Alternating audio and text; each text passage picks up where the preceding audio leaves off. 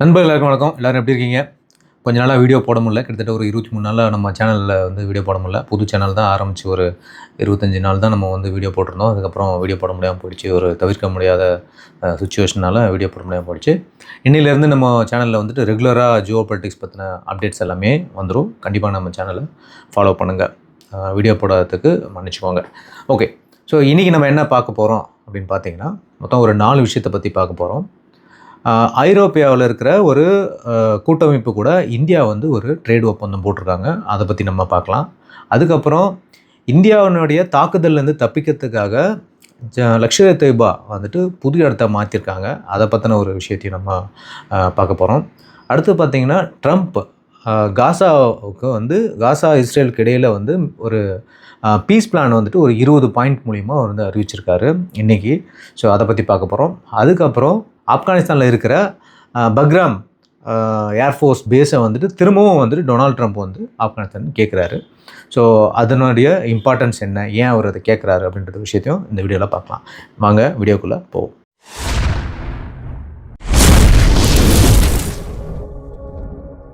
So first நம்ம என்ன பார்க்க போகிறோன்னா, இந்தியா ஐரோப்பியாவில் இருக்கக்கூடிய EFTA அப்படின்னு சொல்லக்கூடிய யூரோப்பியன் ஃப்ரீ ட்ரேட் அசோசியேஷன் அப்படின்ற இந்த ஒரு 4 நாடுகள் அடங்கிய குழு கூட ஒரு ஒப்பந்தத்தை போட்டிருக்காங்க. இந்த வர்த்தகம் வந்து பார்த்திங்கன்னா அக்டோபர் 1 முதல் அமலுக்கு வருது. இந்தியா எடுத்திருக்கிற ஒரு மிகப்பெரிய பொருளாதார நடவடிக்கையாக இதை வந்து பார்க்கப்படுது. இந்தியாவோட வர்த்தக வரலாற்றிலேயே முதல் முறையாக ஒரு ஐரோப்பிய கூட்டமைப்போட நாம் போட்டிருக்க ஒரு ஒப்பந்தம் இது அப்படின்னு சொல்லப்படுது. Trade and economic partnership agreement, அது TEPA அப்படின்னு இந்த ஒப்பந்தத்தை வந்து சொல்கிறாங்க. ஒப்பந்தம் அமலுக்கு ஒரு நாள் வந்து ஒரு பிக் டே அப்படின்னு சொல்லப்படுது. மிகப்பெரிய ஒரு நாளாக வந்து இதை பார்க்குறாங்க. இந்தியா ஐரோப்பிய சுதந்திர வர்த்தக கூட்டமைப்பு, அதாவது EFTA நாடுகளோட போட்ட இந்த வர்த்தக ஒப்பந்தம் அடுத்த மாதம் அக்டோபர் 1 அமலுக்கு வருது அப்படின்றது முதல் முறையாக அறிவிச்சிருக்காங்க. EFTA அப்படின்ற இந்த கூட்டமைப்பில் 4 நாடுகள் வந்து இருக்காங்க. ஒன்று வந்து ஐஸ்லாந்து, 2வது லிச்சன்ஸ்டீன், அடுத்தது நார்வே, அதுக்கடுத்து இப்போ முக்கியமான நாடு எதுன்னு பார்த்தீங்கன்னா சுவிட்சர்லாந்து. இந்த ஒப்பந்தம் கையெழுத்தானது மார்ச் 10, 2024 தான். ஆனால் அந்த நாடுகளில் இருந்த சில ஒப்புதல் நடைமுறையில் சிக்கலை ஆனதுனால ஒப்பந்தம் வந்து இப்போ தான் வந்து நடைமுறைக்கு வருது. அதாவது அக்டோபர் 1 இந்த ஒப்பந்தம் நடைமுறைக்கு வருது. இந்த ஒப்பந்தத்தை பற்றி தொழில்துறையினருக்கு விழிப்புணர்வு கொடுக்கணுங்கிறது தான் டெல்லியில் இருக்கிற பாரத் மண்டலத்தினோட ஒரு பெரிய தொடக்க விழா நடக்க போகுது அப்படின்னு சொல்கிறாங்க. ஒப்பந்தத்தோட சிறப்பம்சம் அப்படின்றத பார்ப்போம். அதாவது யூனிக் ஃபீச்சர்ஸ்லாம் இதில் என்னென்ன இருக்குதுன்னு பார்ப்போம். இந்த TEPA ஒப்பந்தம் இந்தியாவோட மற்ற வர்த்தக ஒப்பந்தங்களை விட சில விஷயங்களில் ரொம்பவே தனித்துவம் வாய்ந்தது அப்படின்னு சொல்லப்படுது. ஐரோப்பியாவில் இருக்கிற ஒரு கூட்டமைப்போட இந்தியா போடுற முதல் வர்த்தக ஒப்பந்தம் இதுதான். இதை நம்ம முன்னாடியே பேசியிருக்கோம்.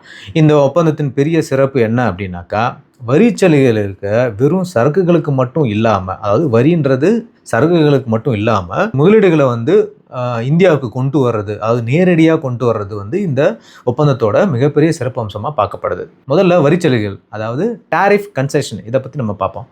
இந்த அக்ரிமெண்ட்டால் இந்தியாவுக்கும் EFTA நாடுகளுக்கும் என்ன கிடைக்குது அப்படின்னு பார்த்தோம்னா, EFTAல இருந்து இந்தியாவுக்கு வர 80% 85% வரையிலான பொருட்களுக்கு இந்தியா சுங்க வரியை 0 மாற்றிருக்காங்க. அதாவது 0% தான் டேரிஃப் வந்து இந்த நாடுகள்லேருந்து இறக்குமதி பண்ணுற, அதாவது 80 to 85% இறக்குமதி பண்ணுற பொருட்களுக்கு இந்தியா வந்து போட்டிருக்காங்க. நம்ம இந்தியா ஏற்றுமதி பண்ணுறது, அதாவது EFTA நாடுகளுக்கு ஏற்றுமதி பண்ணுறதுக்கு 99% பொருட்களுக்கு அவங்க டியூட்டி ஃப்ரீ பண்ணிட்டாங்க. அதாவது எந்த ஒரு டேரிஃபுமே அவங்க வந்து போடலை. நம்ம ஊர் விவசாயிகளுக்கு பாதுகாக்கிறதுக்காக விவசாய மற்றும் பால் பொருட்களுக்கு மட்டும் இந்த வரி இதிலிருந்து இந்தியா வந்து விலக்கு விதிச்சிச்சு. அதாவது விவசாய பொருட்களுக்கும் பால் பொருட்களும் அங்கேருந்து இறக்குமதி பண்ணனா டியூட்டி ஃப்ரீ கிடையாது. அடுத்த விஷயம், முதலீட்டோட உறுதிமொழி. அதாவது இந்த ஒப்பந்தத்தோட மிகப்பெரிய ஹைலைட்டே இதுதான் அப்படின்னு பார்க்கப்படுது. EFTA நாடுகள் இந்த ஒப்பந்தம் அமலுக்கு வந்த முதல் 10 வருஷத்தில் $50 பில்லியன் இந்தியாவில் வந்து முதலீடு செய்யணும் அப்படின்னு உறுதி அளிச்சிருக்காங்க. அது மட்டும் இல்லாமல் அந்த 10 வருஷம் முடிஞ்சு அதுக்கு அடுத்த 5 வருஷத்தில் இன்னொரு $50 பில்லியன் முதலீடாக செய்ய போகிறாங்க. மொத்தமாக கிட்டத்தட்ட 15 வருஷத்தில் $100 பில்லியன் முதலீடை வந்து இந்தியாவில் EFTA நாடுகள் வந்து பண்ண போகிறாங்க அப்படின்னு சொல்லப்படுது. அதாவது 10 லட்சத்துக்கும் மேலான நேரடி வேலைவாய்ப்பு வந்து இந்தியாவில் வந்து உருவாகும் அப்படின்னு சொல்லிட்டு அரசாங்கம் வந்து மதிப்பிட்டிருக்காங்க. சரி, தற்போதைய வர்த்தக நிலை இப்போ இஎஃப்டிஏ நாடுகளோட நம்மளோட வர்த்தக நிலை எப்படி இருக்குது அப்படின்றத பார்ப்போம். இஎஃப்டிஏ கூட்டமைப்பிலேயே சுவிட்சர்லாந்து தான் இந்தியாவுக்கு மிகப்பெரிய வர்த்தக பங்காளராக வந்து இருக்கு. இந்தியா பண்ண ஏற்றுமதியில், அதாவது இந்தியாவிலேருந்து பண்ண எக்ஸ்போர்ட்டில் மொத்தமாக $1.97 பில்லியன், இதில் முக்கால்வாசி சுவிட்சர்லாந்துக்கு தான் போயிருக்கு. இந்தியா பண்ண இறக்குமதியில், அதாவது இம்போர்ட்டில் ரொம்ப அதிகம், அதாவது $22.44 பில்லியன் வந்து இறக்குமதி பண்ணியிருக்காங்க. இதில் 97%, அதாவது $21.8 பில்லியன் அளவுக்கானது சுவிட்சர்லாந்து இருந்து மட்டுமே நமக்கு வந்திருக்கு. ஸோ அப்போ பார்க்க போனால் இந்தியாவுக்கும் அந்த இஎஃப்டிஏ நாடுகளில் இருக்கிற சுவிட்சர்லாந்துக்கு தான் அதிகப்படியான வர்த்தகமே வந்து நடந்துட்டு வருது அப்படின்றது நம்ம பார்க்க முடியுது. ஓகே, இதில் டெபிசிட், அதாவது ட்ரேட் பற்றாக்குறை என்னவா இருக்குது அப்படின்னு பார்த்தீங்கன்னா, இஎஃப்டியோட நமக்கு இருக்கிற ட்ரேட் டெபிசிட்டு கிட்டத்தட்ட $120.47 பில்லியன் வர்த்தக பற்றாக்குறை வந்து இருக்குது.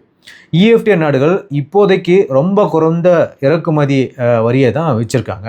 அதனால் உடனடியாக நமக்கு சந்தையில் அணுகும் பெரிய லாபம் கிடைக்குமா அப்படின்னு கேட்டிங்கன்னா கிடையாது. ஆனால் இந்த ஒப்பந்தத்தோட முக்கியத்துவம் என்னென்னா, வெறும் வரிச்சலுகையை மட்டும் நம்பாமல் நீண்ட கால தொழில் வளர்ச்சிக்கும் வேலைவாய்ப்புக்கும் உதவக்கூடிய முதலீட்டை நம்ம உறுதி செஞ்சுருக்கோம் அப்படின்னு தான் இதை சொல்ல முடியும்.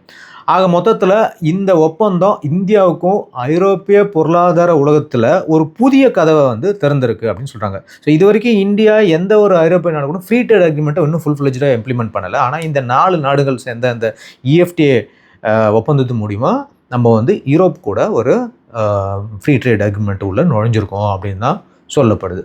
ஸோ இதனால் என்ன நடக்கும் அப்படின்னு பார்த்தோன்னா, நீண்ட காலத்துக்கு நம்ம நாட்டு தொழில்துறையில் இது ஒரு பெரிய வளர்ச்சியை கொடுக்கும்னு நம்பப்படுது. சரி, ஓகே, இப்போ அடுத்த டாப்பிக்கை நம்ம பார்ப்போம். அது லஷ்கர்-இ-தொய்பா. இவங்க இந்த ஒரு பயங்கரவாத அமைப்பு பாகிஸ்தானில் வந்துட்டு நம்ம நாட்டு மேலே தாக்குதல் நடத்துகிறாங்க. இப்போ கூட பலகாம் தாக்குதல் நடத்துனாங்க, உங்களுக்கு எல்லாருக்குமே தெரியும். இந்தியாவை தாக்க துடிக்கும் இந்த பயங்கரவாத அமைப்பு. இந்தியா ஏன் அவங்கள துரத்திக்கிட்டே இருக்காங்க அப்படின்றத நம்ம இதில் பார்ப்போம். ஆப்ரேஷன் சிந்தூரில் ஏற்படுத்திய தாக்கம், அதாவது ஆப்ரேஷன் சிந்தூர் அப்போது நம்ம நடத்திய இந்த தாக்குதல் பயங்கரவாத உலகத்தையே ரொம்ப ஆட்டங்கான வச்சிருச்சு. இந்திய படைகள் துல்லியமாக ஏவுகணைகள் மற்றும் ப்ரெசிஷன் கைடட் பாம்ஸ், அப்புறம் ட்ரோன்ஸ் எல்லாத்தையும் பயன்படுத்தி பாகிஸ்தானில் இருந்த பயங்கரவாத நிலைகள் மீதும் அவங்களுடைய இடத்தின் மீதும் வந்து மிகப்பெரிய தாக்குதலை நடத்தி கிட்டத்தட்ட 150க்கும் மேற்பட்ட பயங்கரவாதிகள் கொல்லப்பட்டாங்க. அவங்களுடைய இடங்களும் வந்து அழிக்கப்பட்டது. ஸோ இதன் காரணமாக லஷ்கர்-இ-தொய்பா அமைப்பினுடைய பேஸை வந்து அவங்க அங்கேருந்து ஷிஃப்ட் பண்ணிட்டாங்க. இந்த தாக்குதலுக்கு பிறகு பயங்கரவாதிகள் ரொம்பவே பயந்து போயிருக்காங்க அப்படின்னு சொல்லப்படுது. இந்தியாவோட தாக்குதல் திறன் பாகிஸ்தானுக்குள்ளே எந்த மூலையிலையும் போகும்னு அவங்களுக்கு தெரிஞ்சிருச்சு. அதனால் லஷ்கர்-இ-தொய்பாவினுடைய 2வது கட்ட தலைவர்களும் இந்த படைப்பிரிவினுடைய பொறுப்பாளர்களும் இப்போது இந்திய தாக்குதலில் இருந்து தப்பிக்க ஓடி ஒளிஞ்சிட்டு இருக்காங்க அப்படின்னு சொல்லப்படுது. உளவுத்துறையோடைய வந்த ஒரு புதிய தகவல் படி என்ன சொன்னாங்க அப்படின்னா, லஷ்கர்-இ-தொய்பா அமைப்பு பாகிஸ்தான் ஆக்கிரமிப்பு காஷ்மீரில், அதாவது பிஓகேன்னு சொல்லக்கூடிய காஷ்மீரில் இருந்து தங்களுடைய பயிற்சி மையங்களை இப்போது கைவிட்டுட்டாங்க அப்படின்னு சொல்லுது. அதற்கு பதிலாக அவங்க இப்போது பாகிஸ்தானுடைய கைபர் பக்தான்குவா, இது வந்து எங்கே இருக்குது அப்படின்னு பார்த்தீங்கன்னா ஆப்கானிஸ்தான் பக்கத்தில் இருக்குது. இந்த மாகாணத்தில் ஆழமான பகுதிக்குள்ளே போய் ஒளிஞ்சி புதுசாக முகாமிட்டு இருக்காங்க அப்படின்னு சொல்கிறாங்க.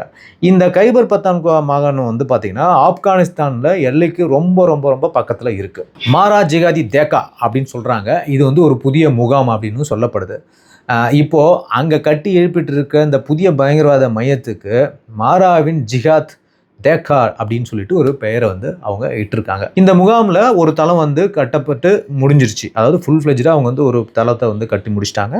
இது இல்லாமல் பல தளங்களை வந்து கட்டிகிட்டு இருக்கதா வந்து நியூஸ் வந்திருக்கு. டிசம்பர் 2025க்குள்ளே முழுமையாக இந்த வேலைகளெல்லாம் அவங்க செஞ்சு முடிச்சிருவாங்க அப்படின்னு சொல்லப்படுது. அதுக்கப்புறம் அங்கிருந்து பயங்கரவாதிகளை புது பிரிவுகளை வெளியே அனுப்பி திட்டமிட்டிருக்காங்க அப்படின்னு சொல்லப்படுது. பயங்கரவாத அமைப்புகளின் இந்த தளமாற்றம் குறித்து இந்தியா ரொம்ப கண்டிப்பாக ஒரு எச்சரிக்கையை விடுத்திருக்கு.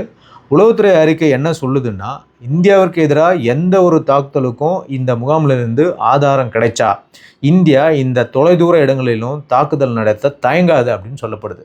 இந்திய இராணுவத்துக்கு ஆப்கான் எல்லைக்குள் அருகில் இருந்தாலும் அங்கே சென்று தாக்குதல் நடத்தக்கூடிய திறன் வந்துட்டு இருக்குது, அதாவது நம்மக்கிட்ட அந்த அளவுக்கான கேப்பபிலிட்டி இருக்குது அப்படின்றதையும் வந்து சொல்லியிருக்காங்க. பயங்கரவாதிகளை பொறுத்தவரை பாகிஸ்தானில் எந்த இடமும் உண்மையிலே இந்திய தாக்குதல் நடத்த முடியாது அப்படின்ற ஒரு தூரத்தில் இல்லைன்றது அவங்களுக்கு நல்லாவே தெரிஞ்சு போச்சு. ஓகே, இதனால் இந்தியா அவங்களுக்கு சொல்ல வரும் செய்தி என்ன அப்படின்னா, நீங்கள் எங்கே வேணாலும் ஓடி ஒழிஞ்சிக்கோங்க, எங்கே வேணாலும் ஓடுங்க, ஆனால் இந்தியாவோட இலக்கிலேருந்து நீங்கள் என்றுமே தப்பிக்க முடியாது அப்படின்னு இந்தியா ரொம்ப தெளிவாக சொல்லுது. ஸோ இவங்க என்ன தான் பேஸை ஷிப் பண்ணி பாகிஸ்தான்லேருந்து ஆப்கானிஸ்தான் பார்டர் வரைக்கும் இவங்க போனாலும் நம்மக்கிட்ட இருக்கிற மிசைல்ஸ், ட்ரோன்ஸு அண்ட் இந்தியன் ஆர்மியோட கேப்பபிலிட்டி கண்டிப்பாக அவங்கள துல்லியமாக தாக்கி அழிக்கும் அப்படின்றது அவங்களுக்கு தெரியும். ஓகே, ஸோ இப்போ நம்ம தேர்ட் டாபிக் போவோம். தேர்ட் டாபிக் என்ன அப்படின்னு பார்த்தீங்கன்னா, ஆப்கானிஸ்தானில் இருக்கிற பக்ராம் ஏர்ஃபோர்ஸ் தளத்தை பார்த்தீங்கன்னா மீண்டும் டொனால்ட் ட்ரம்ப் கேட்குறாரு. அது மிகவும் ரொம்ப அடம்பிடிச்சு கேட்குறாரு. ஸோ இதோட பின்னணி என்னன்றதை பார்ப்போம். முதல்ல அவர் என்ன பண்ணார் அப்படின்னா, கனடா என்ன இவங்க கூட சேர்ந்துக்கோங்க அப்படின்னாரு. பனாமா கால்வாயை எடுத்துக்கிறேன் அப்படின்னு பிளான் போட்டார். கிரீன்லேருந்து எடுத்துக்கிறேன் பிளான் போட்டார். இந்த மாதிரி உலக நாடுகளில் நிறைய விஷயங்களில் அவர் வலைவீசி இதெல்லாம் வேணும் அப்படின்னு சொல்லி கேட்டது போதும், இப்போ ஒரு புதிய இலக்கையும் அவர் தேர்ந்தெடுத்திருக்கார். அது வேறு எதுவும் இல்லை, நான் இப்போ சொன்ன ஆப்கானிஸ்தானில் உள்ள ஒரு பக்ராம் ஏர்ஃபோர்ஸ் பேஸ் தான். ட்ரம்ப்பை பொறுத்தவரை இது தங்களுடைய ஆதிக்கத்தை மீண்டும் நிலைநாட்டுறதுக்கான ஒரு முயற்சி அப்படின்னு அவர் சொல்கிறார். ஆனால் ஆப்கானிஸ்தானுக்கு இது அவங்களுடைய இறையாண்மையை, அதாவது அந்த கண்ட்ரியோட சாவர்னிட்டியை பாதிக்குது அப்படின்னு அவங்க பார்க்குறாங்க. ட்ரம்ப் ஏன் திரும்பவும் இதை கேட்குறாரு அப்படின்னு பார்த்தோன்னா, சமீபத்தில் ட்ரம்ப்பு தனது ட்ரூத் அப்படின்னு சொல்லக்கூடிய சோஷியல் மீடியா பக்கத்தில் ரொம்பவே காட்டமாக ஒரு விஷயத்தை எழுதியிருக்காரு.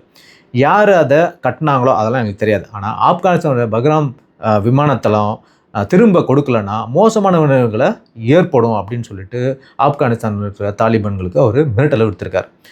அமெரிக்கா விட்டுட்டு போனது நாட்டின் வரலாற்றிலேயே மிகப்பெரிய அவமானம் அப்படின்னு அவர் சொல்கிறார். அதாவது ஜோ பைடன் இருக்கும்போது இது வித்ட்ரா பண்ணாங்க. அதை அவர் அமெரிக்காவுக்கு மிகப்பெரிய ஒரு அவமானம் அப்படின்னு தான் அவர் சொல்லியிருக்கார். சரி, இந்த தளத்தை அவர் கேட்குறதுக்கு அப்படி என்ன தான் அந்த பக்ராம் தளத்தினுடைய சிறப்பு அம்சம் அப்படின்றத நம்ம பார்ப்போம். பக்ராம் தளம் சும்மா ஒரு இராணுவ முகாம்னு சொல்லிவிட முடியாது. மத்திய ஆசியாவிலே அமெரிக்காவோட மிகப்பெரிய இராணுவ மையமாக இது ஒரு காலத்தில் இருந்துச்சு. சரி, இதோட வரலாற்று விபரம் என்னன்னு பார்த்தீங்கன்னா, கிட்டத்தட்ட 1950களில் சோவியத் யூனியனோட இது கட்டப்படுது. 1980 பார்த்தீங்கன்னா சோவியத் யூனியனுடைய முக்கியமான ஒரு தளமாக இது இருந்துச்சு. 2001 செப்டம்பர் 11, அதாவது 9/11 அட்டாக்னு சொல்லுவாங்க இல்லையா, அதாவது அமெரிக்காவுடைய இரட்டை கோபுரத்து மேலே பின் லேடன் தாக்குதல் நடத்தினார். ஸோ அதுக்கப்புறம் அமெரிக்கா இதை ஆப்கானிஸ்தான் மேலே போர் தொடுத்து இந்த இடத்த கைப்பற்றினாங்க.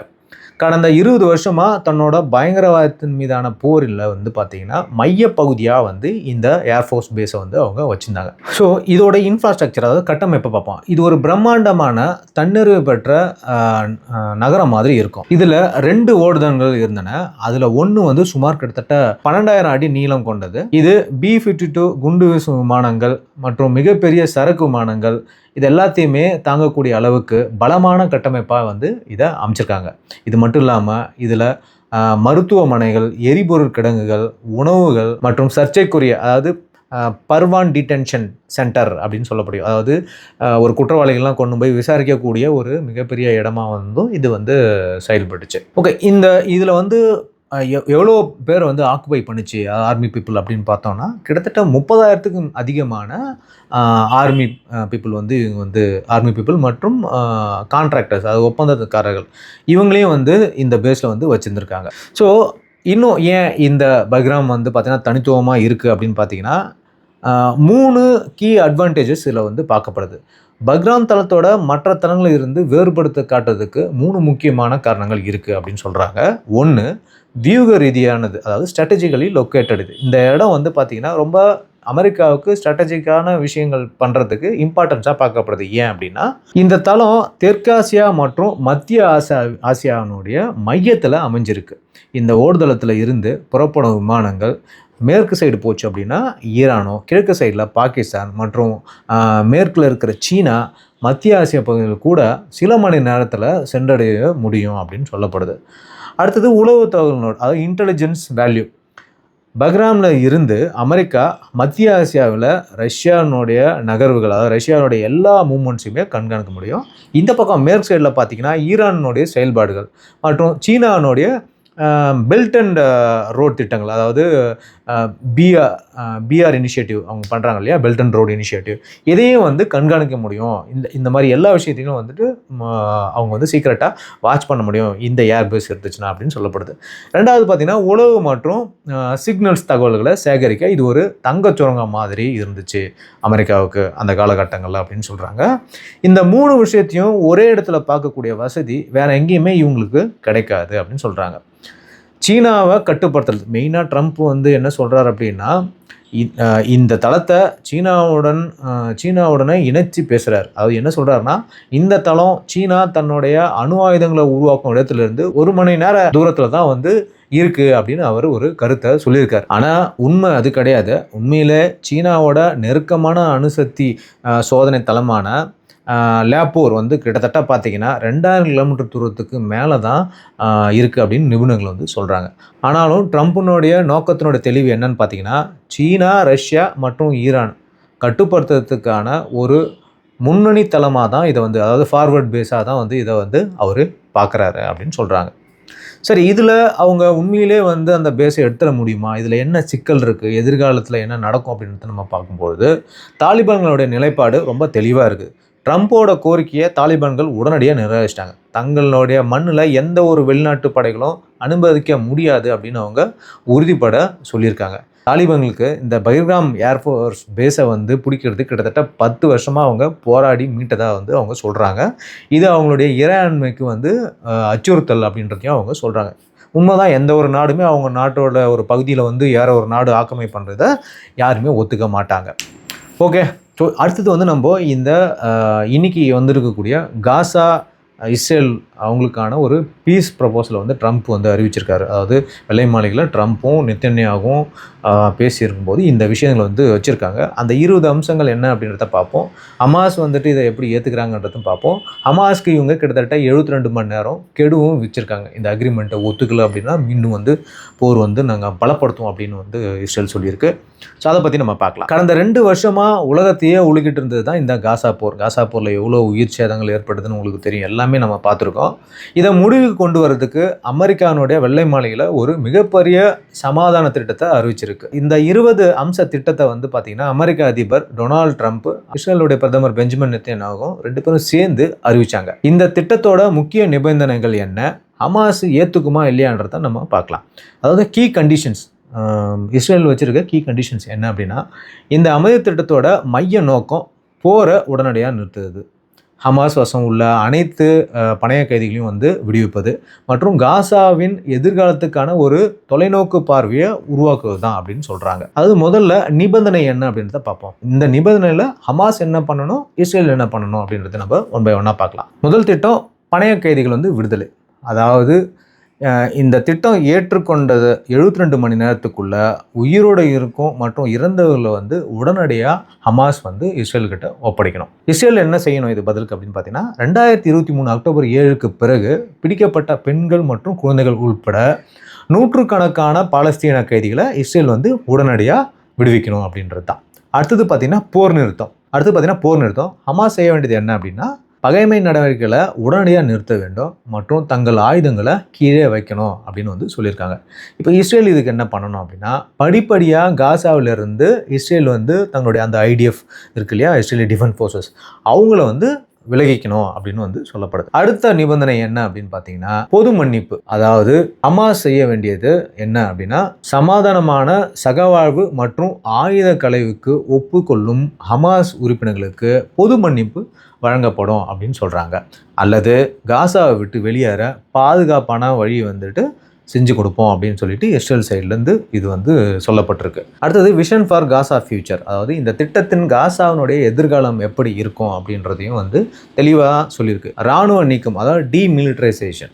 காசா முற்றிலும் பயங்கரவாத அச்சுறுத்தல் இல்லாத ஒரு பகுதியாக இராணுவ நீக்கம் செய்யப்பட வேண்டும் அப்படின்னு சொல்கிறாங்க. அடுத்து வந்து ஆட்சி முறை, அங்கே கவர்னன்ஸ் எப்படி இருக்கணும் அப்படின்னா, ஹமாஸ் மற்றும் பிற ஆயுத குழுக்கள் எந்த விதமான ஆட்சியும் வந்து சேர்க்கப்பட மாட்டாங்க.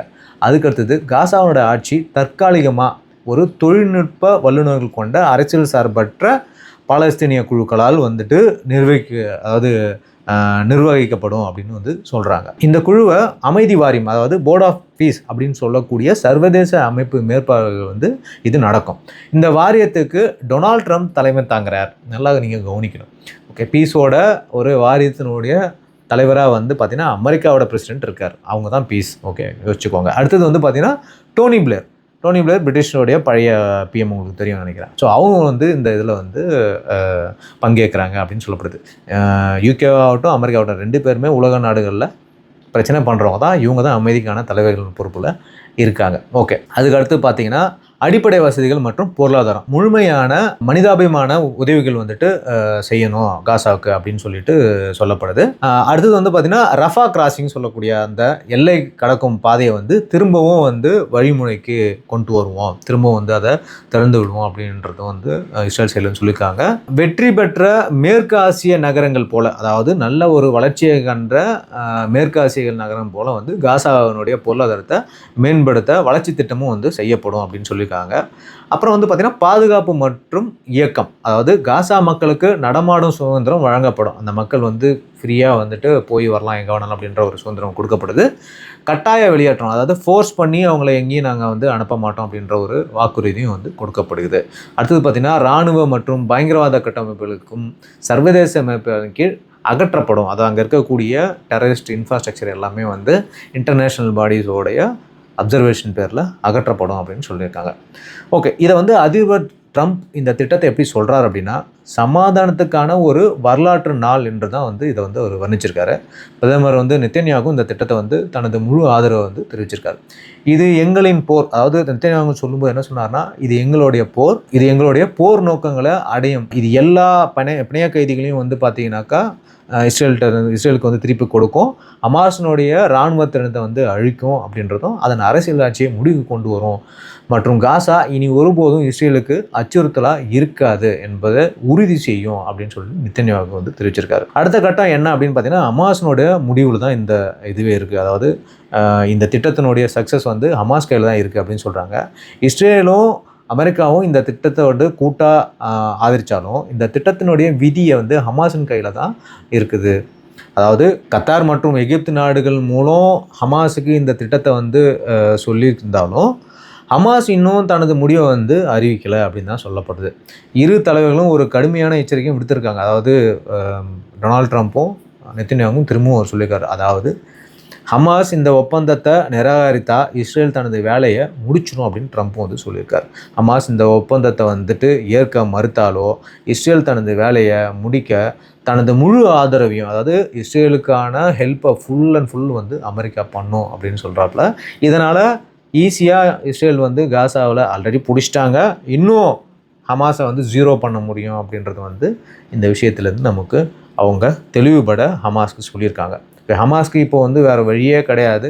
கண்டிப்பாக இந்த திட்டத்தை வந்து, ஏன்னா ஏற்கனவே பல்லாயிரக்கணக்கான மக்கள் வந்து அங்கே செத்துட்ருக்காங்க, இந்த திட்டத்தை வந்து ஏற்றுக்கிட்டு வேறு வழி இல்லாமல் அவங்க இதில் வந்து சைன் பண்ணி தான் ஆகணும் அப்படின்றது எதிர்பார்க்கப்படுது. ஓகே, இதுக்கிடையில் இந்த திட்டத்தை வந்து பார்த்திங்கன்னா அரபு கண்ட்ரிஸ் எல்லாமே வந்து ஆதரவு தெரிவிச்சிருக்காங்க.